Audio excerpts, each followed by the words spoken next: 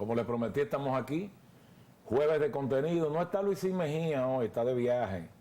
Oye, se ha puesto muy internacional Luisín, la verdad. Pero él lo ve, esto lo está viendo. Y además esto sale en YouTube inmediatamente. Termina el programa unos minutos después. Hoy tenemos a la arquitecta Ana Cristina Martínez, directora de la Fortaleza de Santo Domingo, que es el nombre más correcto, ¿verdad? Más correcto. Aunque se le diga Fortaleza Osama. Sí, bueno, lo de Fortaleza Osama viene de que en un momento se llamó Fortaleza Osama. En los años ya del 2000 en adelante se convierte el recinto completo en un museo.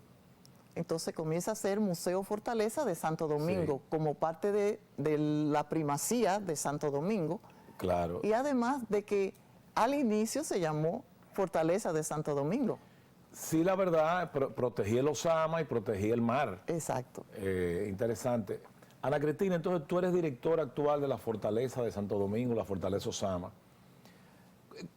Yo siempre le pregunto a los invitados, antes que nada, sobre tu formación. Yo sé que tú has estado muy ligada al patrimonio, al ICOMOS, y eso es muy interesante. Me gustaría saber, o sea, tú eres arquitecta y qué más. Sí, bueno. Perdón, y estuviste con nosotros en la Dirección General de Museos en el año 2000. Sí, yo he sido ya 2 veces directora nacional de museos. Vamos a comenzar. Que en los años 70 yo termino el colegio.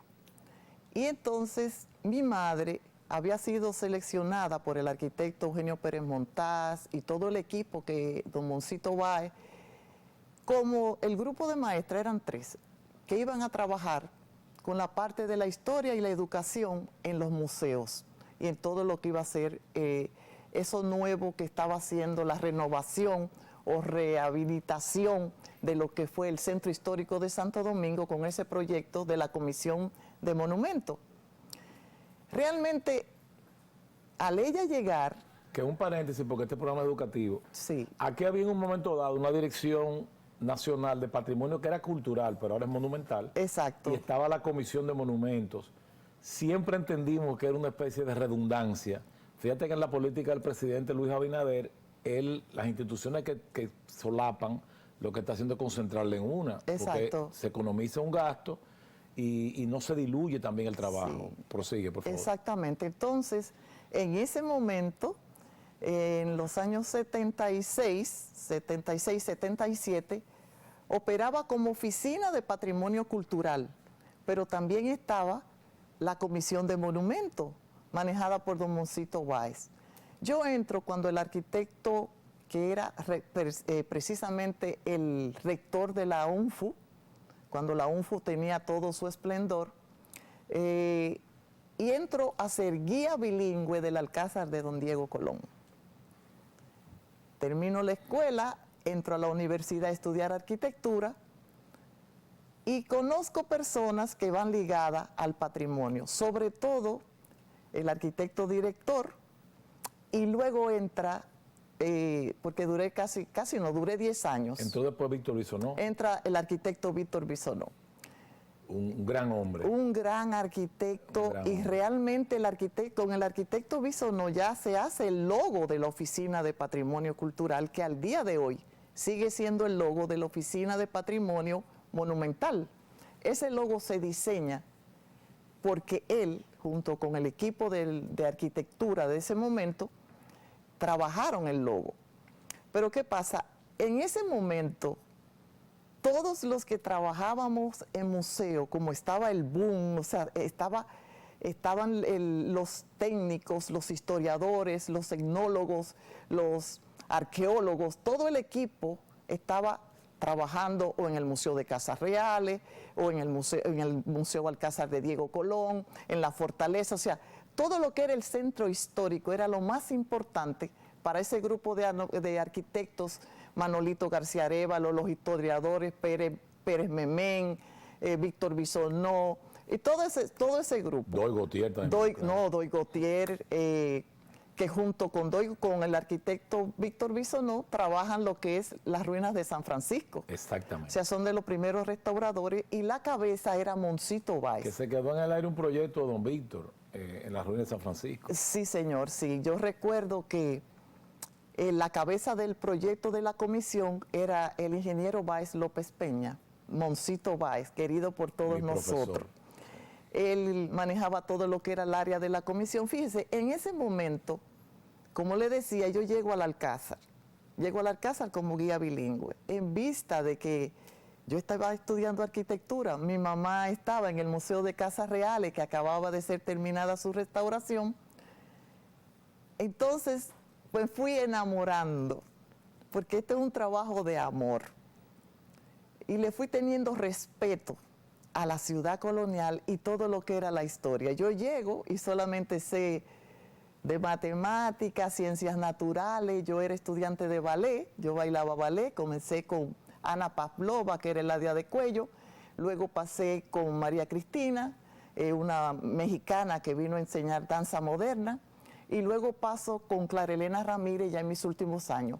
Al mismo tiempo yo estaba estudiando piano en la escuela elemental, el Ilamena. Llegué hasta el conservatorio. Cuando cumplí los 6 años, que se pasa ya al conservatorio, que era el segundo piso de donde hoy está el Ministerio de Cultura, comencé a ponerme ñoña, que no podía, que no tenía tiempo, tantas cosas, estudiaba inglés, y entonces comencé a decir que ya, que entre el ballet y la arquitectura que ya estudiaba y estaba trabajando, ya no tenía tiempo más para el piano. Ahora la arquitectura absorbe tiempo. Por eso mismo, yo digo que ñoñería, porque los profesores se ofrecieron a seguirme dando clases de la manera que fuera, sábado y eso. Pero de alguna manera u otra, uno también absorbe las cosas que están pasando en tu hogar, porque no solamente que tú estás estudiando, que tú estás haciendo, sino que sucedieron cosas. En mi casa sucede una cosa muy trágica, y es que la muerte de mi hermano es el primer accidente grave que sucede en Ciudad Colonial. Bajando, él estaba en... Conozco el caso. Sí, eso fue un caso terrible. Estaba en la dirección de parques, que quedaba lo que hoy es la Casa Rodrigo de Bastida, Claro. Y yo en el Alcázar. Él sale y coge un motor, él tenía su carro, parqueó su carro, y no hay que contar, bajando en ese motor, como nunca había tenido motor, uno de esos motores que iban para el Parque Bermúdez, fue terrible, un camión lo de barato. A partir de ahí tenía que tomar una decisión, o seguía trabajando en Ciudad Colonial, o comenzaba como hace uno, no quiero saber de eso, no quiero hablar de eso, no. Yo tomé una decisión, porque yo le decía al principio que Dios reparte dones, y uno necesita amigos, que a veces pasa que tú no conoces que tienes esas cualidades, sino que tiene otros que hacértelo ver. Yo tuve una influencia muy grande del arquitecto Víctor Bisonó, quien me hizo el favor y vio en mí cosas que yo como joven no veía. Y me dijo, te voy a mandar a estudiar museografía. Yo le dije, bueno, la escuela de Churubusco es la mejor en México, pero son 4 años. Yo no quiero estudiar 4 años más después que termine la carrera. Me dice, bueno, pues mira a ver lo que hacemos, porque tú puedes ser directora de museos. En eso voy al centro de inventario, Risori Silvestre viene a ser mi jefa. Sigue ahí todavía. Sigue ahí todavía, junto con Leticia. Leticia era la subdirectora. ¿Tú estás hablando de qué año? Estoy hablando de los años 70. Bueno, yo salgo al 75 del colegio, entonces estamos hablando de los años 77, 78. Mi primera conferencia formal en la vida, yo era un muchacho. Queda claro, ¿verdad? Fue en el 76. Yo estoy empezando a estudiar arquitectura. Bueno, usted debe ser de la misma... No, Peremontal se cogió conmigo, una cosa exagerada. Y yo le presento un trabajo de arte islámico, yo me acuerdo. Y él me dijo, ven acá, ¿tú tienes miedo escénico? Digo yo, no. ¿Por qué? Yo quiero que tú me des una conferencia en el Museo de las Casas Reales, pero va Balaguer, que era presidente. Oye. Digo, vamos. ¿No te sientes? No, para nada. Balaguer no fue Goico Morales. El vicepresidente de la República. Fue una cosa para mí importante, sí. Y di una conferencia junto a Marisabel Lebrón de arte islámico. Y de ahí en adelante empezó mi vida de...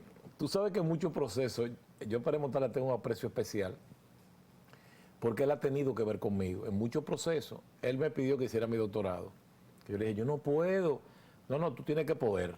Yo no sé si recuerda eso. Me acabo de graduar, que quizá ni debió ser. A la semana de yo graduarme arquitecto, me dice que vaya a tomar la historia 1, que tenía 2 sesiones, y iba a coger el uno y yo otro.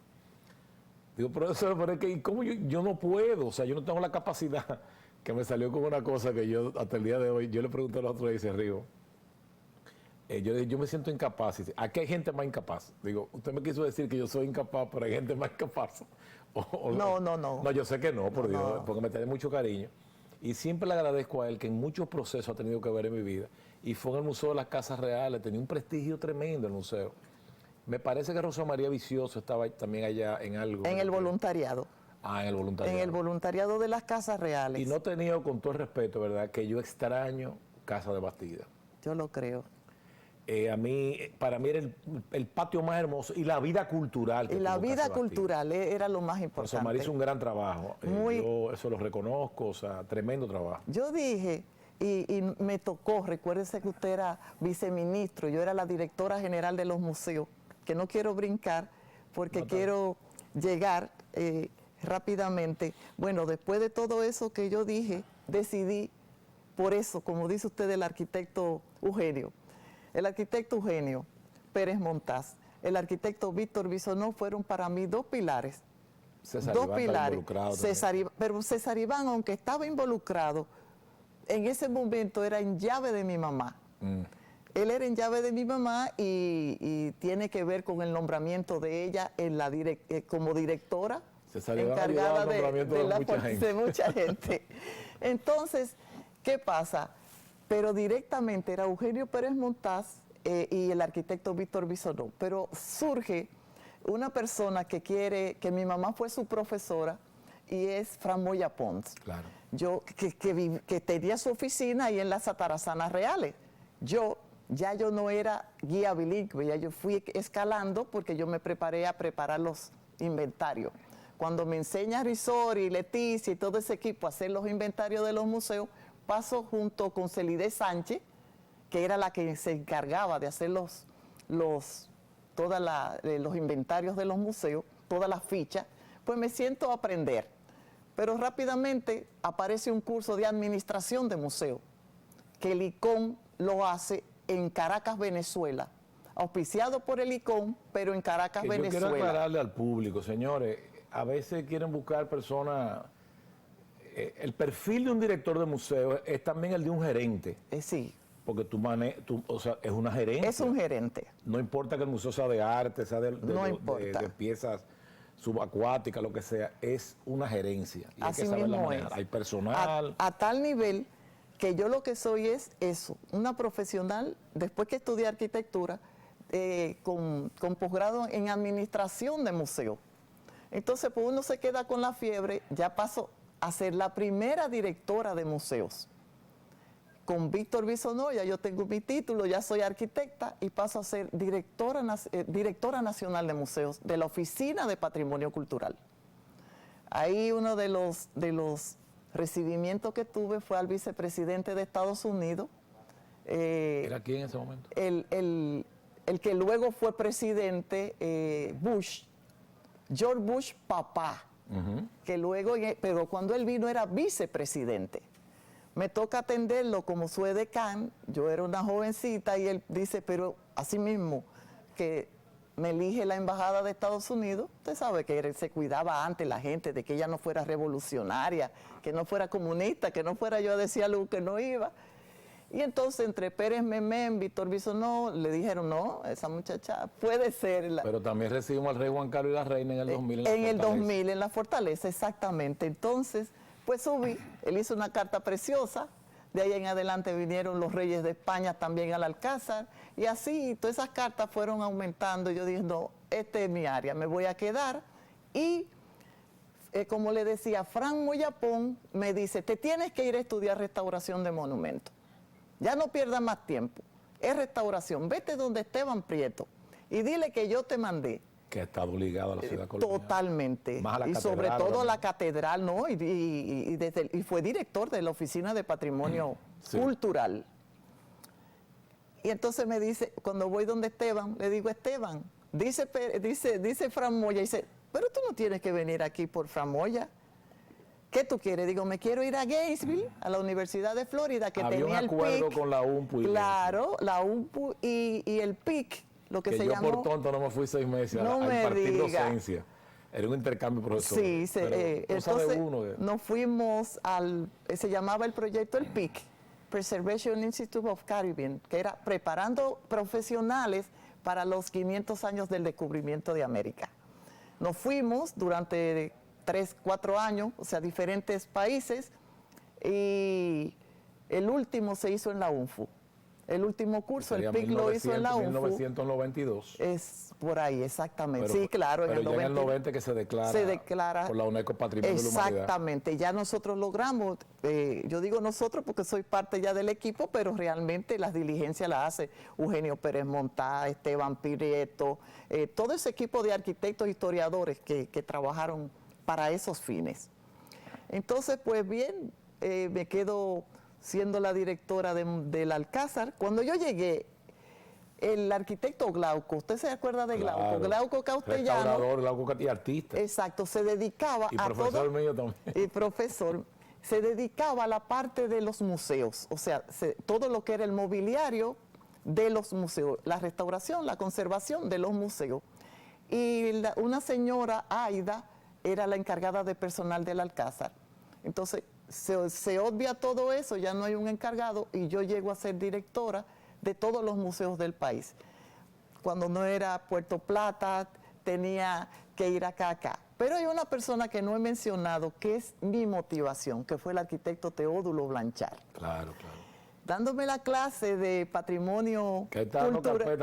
Sí, restauración de monumentos él daba en la universidad. Y él era... tenía una forma distinta. Ya no se usa eso, pero él era como ¿cómo se llama esto? Era como un papá para nosotros. Pero en el caso de la fortaleza, papá no, porque era un muchacho joven. En el caso de la Fortaleza, él era como el custodio. No, el conservador. El conservador, por Dios. El conservador. Y sigue siendo. Y él le explicó, que él lo contó ese día ya en la Fortaleza. Él le explicó a la reina Sofía, recuerdo, y al rey Juan Carlos, estaba yo ahí, estaba Tony Raful, me acuerdo. Sí. Una excelente explicación. Sobre la fortaleza, hablaron de todo, la puerta de Carlos III. El arquitecto es el conservador y el restaurador. O sea, ahora vamos a la fortaleza. A la fortaleza él llega junto con ese grupo de arquitectos que mencionamos y de ingenieros, Moncito Bay. Eso Eugenio, era como un béisbol, un dream team. Sí, eran los fuertes, los duros. Y los que amaban esto realmente. Y los que nos enseñaron a prepararnos para lo que usted y yo pudiéramos ser. Son nuestros maestros. Yo siento un respeto todavía tremendo. Igual que yo los respeto. Y ese día, un día en una clase, el arquitecto Blanchard tenía algo especial. Y él que, como era un arquitecto joven, nos hacía sentir como parte de donde estábamos. Íbamos a los ingenios. Mucho a los ingenios, a los coloniales. Estamos hablando de Engombe, Diego Caballero, Boca de Nigua. Perfecto. Los últimos dos por la hacienda, lo que era la Hacienda María. Sí, y otro ahora le caen arriba a uno si menciona un nombre de los viejos. Entonces, la forma de él enseñarnos no era una forma normal. Mira esto, no. Él es interesante. Él es interesantísimo. Sí. Y eso dije, espérate, esta es mi área. Me voy a ir a estudiar restauración. Entonces hice el PIC y quería aquí públicamente siempre decir a Fran Moya que le agradezco y a Esteban que los dos dijeron sí, te vas para el PIC. En estos días tengo que juntarme mucho con Esteban porque estamos preparando un congreso. Okay. Yo te voy a avisar porque te puede interesar. Bueno, déjame decirte. Señores, viene por ahí un congreso importantísimo. Vamos a llamar arquitectura en madera, pero es arquitectura vernácula del Caribe y será a fines de marzo. Va a ser un gran evento apoyado por el ICRON y por una institución mundial que es World Monument Funds, la sede en España, con fondos de la Unión Europea. Tú sabes que uno se ha vuelto pedilón, estamos muy limitados con el tema de cultura, pero nos lo van a auspiciar, va a ser un gran congreso caribeño. Qué bueno. Pues bueno, al llegar al Alcázar, de hecho un poco atrás, aprendo que en 1957 es el primer monumento que se restaura por el arquitecto Javier Barroso Sánchez Guerra, y que ahí comienza el inicio de motivar a los gobernantes a rescatar todo aquel patrimonio que se había, no perdido, pero que estaba olvidado. Seguro esto es interesante. Hay una palabra que se usa poco, pero es fantástica, es la mismidad. O sea, el hecho de que seguro que el Alcázar de Diego Colón estuvo estucado como hacían los españoles, pero está en piedra vista. Es hermosísimo en piedra vista. Sí. Pero fíjate que empieza la mismidad de hacer lo mismo que tú estás viendo. Así cae Casa Real, la Casa de los Jesuitas. O sea, se va trabajando la piedra vista de una manera hermosa. Pero los españoles con inteligencia estucaban para proteger. Y todavía debemos estucar para proteger. Yo estoy a favor de eso 100%. Todo lo que tenemos que hacer es hacerlo bien, pero realmente eso protege durante siglos los monumentos y de hecho por eso lo tenemos, porque estuvieron así. Ahora bien, vamos a comenzar con nuestra fortaleza. Vamos a recordar un poquito de que Cristóbal Colón, yo sé que todos lo saben, llega a la Isabela, en una nao, por Luperón, por Puerto Plata. En el norte completamente. Sí. Y que la nave en que él viene... En su segundo viaje. No, en el primero. Vamos a comenzar, así no yo sé, pero vamos a comenzar por el primero para entonces llegar a la margen oriental, exacto, para poder explicar por qué la fortaleza está ahí y no allá. Entonces, pues, viene con las naos, con sus naves, la niña la pinta en la Santa María y la Santa María naufraga. Con los restos de esta madera se crea el fuerte de la Navidad, se queda Bartolomé Colón cuidando el fuerte y Colón regresa a España. Tiene que ir a avisar lo que ha descubierto, lo que ha encontrado y lo que ha pasado. Y en busca de más patrocinio, de más apoyo y de nuevas naves.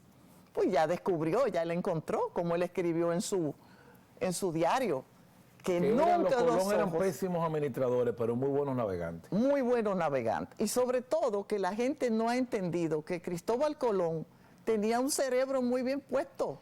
Bueno, en mi doctorado yo estudié paleografía, que es escritura antigua, y las cartas de Cristóbal Colón, es complicadito porque el idioma ha cambiado. Exacto. El idioma transmigra como todo, eran de una persona muy inteligente. Muy inteligente, dentro de millones de personas, porque aunque no había esta cantidad de humanidad ahora, de multitud, pensar, un genovés viene de Italia a presentarle su proyecto de que la Tierra es redonda, que va a llegar a las Indias.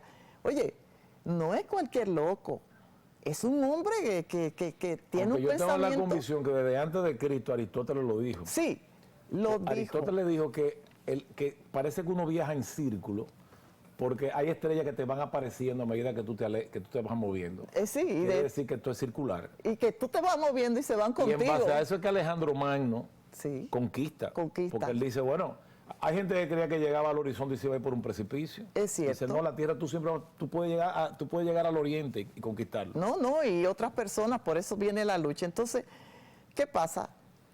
Cristóbal Colón logra que los reyes le den ya una orden para la fundación de una ciudad. Esa orden es la orden que toma entonces Bartolomé Colón y lleva lo que era ese punto de la Isabela a lo que es la margen oriental del río Sama y funda lo que es la Nueva Isabela en 1498. Y digo esto claro, y quería hacer ese pequeño recuento porque siempre la gente pregunta cuando celebramos ahora los 523 años. ¿Por qué 523 si son tantos? Porque la gente comienza a contar en la ciudad de Obando y no es así. La orden que se da para la fundación de una ciudad es en 1498. Que el asentamiento, señores, para hacerlo pedagógico es... Exacto. Por donde están los silos. Sí. Ahí está la capilla del Rosario que y ahí está el pozo ahí. Sigue ahí, exactamente. Antiguo. Lo que pasa es que Bartolomé Colón ya lo que estaba pensando era en el oro. Entonces se va en búsqueda de oro. Esa ciudad se quedó, después va a venir, bueno, Cristóbal Colón fue gobernador, después Bobadilla, pero y en 1502 llega Nicolás de Obando. Nicolás de Obando, pero llega no a donde estamos en la parte occidental hoy. Él tiene que estacionarse en la margen oriental, que es la donde sigue la Nueva Isabel. Pero calcula que era mejor de este lado. Él entiende, claro, de aquel lado hay un manantial, de aquel lado acababa de pasar un huracán que había desbaratado los bohíos, eso y todo eso que estaba ahí de ese lado, pero él viene con un cargamento de caballos, viene con 12 Y perdón, otra morenos aclaración, bien la primera apretados, misa fue en esclavos. la Isabela. Sí, La claro. Isabela, no fue sí. No fue en la margen capilla de oriental. los Remedios, sí. Eso es así. Todo se La hizo. capilla era de yagua o algo al principio. Sí, debe ser techada de yagua con madera, porque eso era lo que se hizo, todo con la madera de la nave. Entonces, al él recibir esa orden, Cristóbal Colón se la manda a Bartolomé y funda la ciudad, ¿verdad? Pero ¿qué pasa? Que en 1502 llega Nicolás de Obando, llega y se estaciona de aquel lado, pero trae más de 27 naves.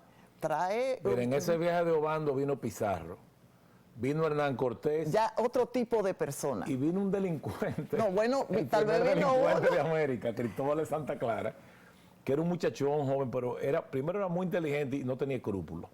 Era un muchacho de 20 años, en llave de Nicolás de Obando, y él lo pone de segundo como tesorero. Y después llega a ser primero. Ese tipo desfalcó las arcas del Estado y nunca fue condenado. O sea que tenemos ahí Es cierto, el bueno. primer funcionario que salió. Es cierto. Sí. Entonces, ¿qué pasa? Él viene con caballos, con semillas para sembrar, viene con animales domésticos, ya viene preparado con otro tipo de gente, porque hay que entender que Cristóbal Colón vino con un tipo de gente con la que salieron para que él pudiera salir. No, y trajo albañiles, o sea. De todo. ¿Qué pasa? La historia, según el Utrera, que es la persona que más yo estudio, dice que él no trasladó, como muchos otros historiadores dicen, la ciudad, no. Yo le llamo que él hizo como cuando usted está en Naco y se va a Piantini, pero usted no se olvida de Naco, o sea, es como que usted aumenta, o sea, usted extiende, esa es la palabra que yo siempre uso, extiende la ciudad a la margen occidental. Lo que pasa es que ahí las grandes edificaciones y primacías van a quedar del lado este de los Andes. Exactamente. Mira, yo creo que lo dije en la Fortaleza, yo ahora no recuerdo, a veces me pasan cosas por la cabeza en el momento. Una persona, yo respeto las críticas, de verdad, a veces me dice si me molesta. Yo creo que las cosas caen en su sitio con el tiempo. Alguien entendió que yo estaba haciendo elogio de Obando. Señores, miren, la historia la hacen los buenos y los malos, no se pierdan. Eso es así. La historia la hacen los buenos y los malos, y hay buenos que no dejan ningún legado, solo son buenos. Solo son buenos. Solo son buenos, porque ¿qué hizo Bobadilla en relación a Obando? Eso es cierto. Bobadilla era un tipo de la aristocracia española, Sí. pero ¿qué hizo Bobadilla? Sí, es cierto. ¿Qué hace Bobadilla? Obando hizo un trazado moderno, organizó la isla. Orlando hizo las ciudades, lo que es hoy el pero ese centro fue el que mató a histórico. Anacaona. Sí, yo sé que mató a Anacaona, Sí. robó también. Sí, Lo que pasa es que la historia lo hacen los buenos y los malos. y los malos, eso es cierto. No, y le voy a decir algo, y la historia siempre va a ser la historia. No, la historia no es como nosotros querramos que sea. La historia es como es y punto, porque es el pasado, que es un gran inevitable. Sí. Lo aclaro otra vez, que ya lo he aclarado 3 veces, porque está elogiando, yo no estoy elogiando moralmente a Obando, yo estoy diciendo que él dejó un legado importante. Yo estoy orgulloso de la ciudad colonial y mucho tiene que ver con él. Bueno, mucho no, todo. 1512 lo ordena la él. fortaleza. Todo tiene que ver con él. Por ejemplo, Perdón, creo que termina en el 8. no, en el 7. 7, perdón. Pero hay algo que, por ejemplo, investigando, porque trabajar en los centros históricos no es solamente que estoy ocupada de la fortaleza. Cada Vamos a ver algunas monumento, imágenes, sí, producción, cada por favor. monumento va leyendo un inicio o un final de una época. Entonces, la fortaleza de Santo Domingo marca el inicio de todo. De todo, porque no solamente usted lo dijo al principio, vino Pizarro y vinieron otros más que luego fueron los conquistadores de América. Claro, Pizarro. Que se convirtieron en los... Cortés se va a México. Exactamente. Entonces comenzamos y leyendo Y al Pizarro padre... conquista a los incas. Sí. Hace unos días, el año pasado, más bien, a finales del año pasado. Imágenes, por favor. Sí, el año pasado, el director de museo, Carlos Andújar, nos pide que revisemos las fichas de los museos. Y yo me pongo a buscar la mía porque yo soy como quien dice nueva, yo nada más estoy desde el 10 de junio hacia acá en la fortaleza. Entonces me pongo... Este plano, sí, este es el plano del recinto. Dice que la fortaleza de Santo Domingo es el primer gran complejo militar de la entonces América y una joya de la arquitectura. Fue construido en 1505 a 1507 y voy a parar aquí antes de continuar. Antes del 1505, y era lo que iba a decir, me reuní en estos días con la arquitecta Risori Silvestre, porque ella comenzó a hacer la ficha, que dirige el centro de inventario.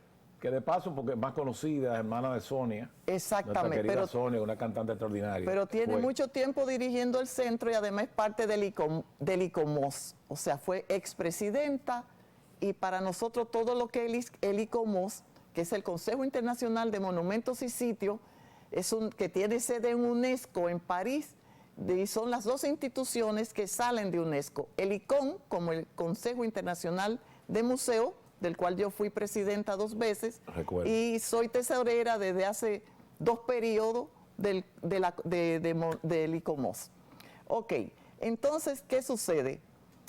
Estoy leyendo, estoy sentada con la arquitecta Risori Silvestre y aparece un dato que yo desconocía del padre Vicente Rubio. Y quiero darlo hoy porque sé que a todos nos va a interesar. Sí, el padre Vicente claro, Rubio. El Vicente Rubio fue si no el primero, yo creo que el primero que yo conocí que estuvo en los archivos de India investigando. Exactamente. Y Walter Pal. En Sevilla. Igual que Walter Pal, fueron los 2 personas que se investigaron. Walter Pal, él escribe para mí un libro que es... el inicio de todo. El que comienza todo sobre los monumentos coloniales. Sin quererle quitar a nuestro Oviedo, ¿verdad? Porque ese fue el primero que escribe, el cronista de India y natural de India, pero esos 2 vienen, ese alemán y este señor. Entonces, investigando para hacer la ficha como yo quiero que todo salga correcta, aparece, según el padre Rubio, que en 1503, por orden del Nicolás de Obando, se levanta una torre del homenaje, pero esa torre se construye sobre una base que no estaba sólida y se derrumba. Y en el mismo entorno de proteger el Caribe y el Osama. En el mismo sitio donde está levantada hoy la torre del homenaje. Entonces, porque yo dije, ¿cómo? Eso yo no lo sabía. Entonces, en vista de que esa torre se desaparece, ¿verdad? Se cae y no queda ni cimiento porque parece que se levantó sin cimiento. Un dato. ¿Por qué sin cimiento? Con todo el respeto. Porque Nicolás de Obando siempre estuvo esperando que mandaran un ingeniero militar, de arquitectura militar. Y un constructor. Obando era de una orden militar religiosa. Religiosa. Fray Nicolás de Obando. Sin embargo, nunca llegó. Entonces, tuvo que ser un maestro de obra que agarrara en el 1505 lo que hoy nosotros tenemos. Se termina la torre del homenaje en 1507. Entonces ahora sí podemos ver la otra imagen, la próxima. Otra imagen donde se ve ya todo el recinto militar. La de atrás. Pero esa es la puerta de Carlos III. Sí, esta es la puerta de Carlos III, que ya que la puerta original fue cambiada por esta puerta, o sea, fue levantada el portal de Carlos III en 1787, sí. O sea, en el siglo XVIII, a finales ordenada del siglo... por el rey, que déjeme decirle, porque es que me provocaron ya. Sí. Me gusta mucho el personaje de Carlos III, a mí me apasiona. Al rey le decían el mejor alcalde de Madrid, porque embelleció Madrid. Por ejemplo, la puerta de Alcalá es obra de él, que es una puerta... aparte de todo el significado que tiene, se ha convertido como en un ícono, que es curiosa porque tiene 2 lados diferentes, porque es un arco de triunfo. Sí. Y la diseña Sabatini. Sabatini hizo 2 diseños para concursar tan buenos que el rey dijo, háganlo los 2. Sí, y miren, ustedes saben que los españoles son muy nacionalistas, les gusta que sean españoles, es un arquitecto italiano. Italiano. Sin descartar que él vivió en Italia, Carlos III. Sí. Y siempre, yo creo que lo cité ese día ya, a mí hasta me emociona una canción que cantan a Belén y esa gente, ese grupo, A la puerta de Alcalá, que tiene una letra que es un poema extraordinario, que dice: acompaño a mi sombra por la avenida, mis pasos se pierden entre tanta gente. Busco una puerta, una salida donde convivan pasado y presente. De pronto me paro y alguien me observa, levanto la vista y me encuentro con ella, y ahí está, viendo pasar el tiempo, la puerta de Alcalá. Es una puerta... Bellísimo. Yo también tengo una debilidad con Madrid que no puedo negarla. A mí caminar en Madrid es como algo... A mí me gusta mucho fabuloso. Madrid. Bueno, estudié en Madrid. Yo hice ahí turismo, el turismo aplicado a la cultura. Y fíjate lo que era Carlos III con América ya. La escuela de San Carlos, señores, a veces uno habla porque los mexicanos... México tuvo Bellas Artes 200 años antes que nosotros. Carlos III ordena hacer una casa de moneda allá. Y de paso le manda profesores de la Academia de San Fernando, con el prestigio que tenía, a México para enseñar dibujo, pintura y escultura. 3 disciplinas. Sí. México está teniendo artistas de hace mucho tiempo. Nosotros, con la independencia de Haití, que empiezan a destacarse. Es cierto. Los Abelardo Rodrigo Urdaneta, Cicito de Sangles, etcétera, pero ya México nos llevaba... No, y la televisión y las películas que usted ve, eran unos maestros en las películas. Y encima de eso, como le dije, la escuela de Churubusco, que fue famosa para los estudiantes de arquitectura de Hispanoamérica. Para echar para atrás un poco, para no parecer antidominicano, que yo le voy a decir algo también. Hay algo de política cultural con México y nosotros. Aquí hay artistas que superan muchas mujeres, a Frida Kahlo, se lo digo yo, sí, a mi ojo, sí, que la superan. Claro, la vida de Frida fue una obra de arte, eso no se puede discutir. La pobre, 30 y pico de operaciones, era esposa de Diego Rivera. Yo creo que más bien el que ser la esposa de Diego Rivera, porque... Pero nosotros tenemos maestras aquí. Sí, y tenemos también mujeres como ella, que estuvo casada con H, que fue la esposa de otro también de la misma envergadura y del mismo... Mira, Cristina, a mí me están haciendo señas, porque yo soy subalterno, parece, y vamos a compromiso comercial. Siga con nosotros, esto se va a poner mejor ahora, porque vamos a entrar en la fortaleza de Santo Domingo, Fortaleza Osama, como ustedes quieran, una de las primacías de América nuestra, que son muchas. Sí. Siga con nosotros.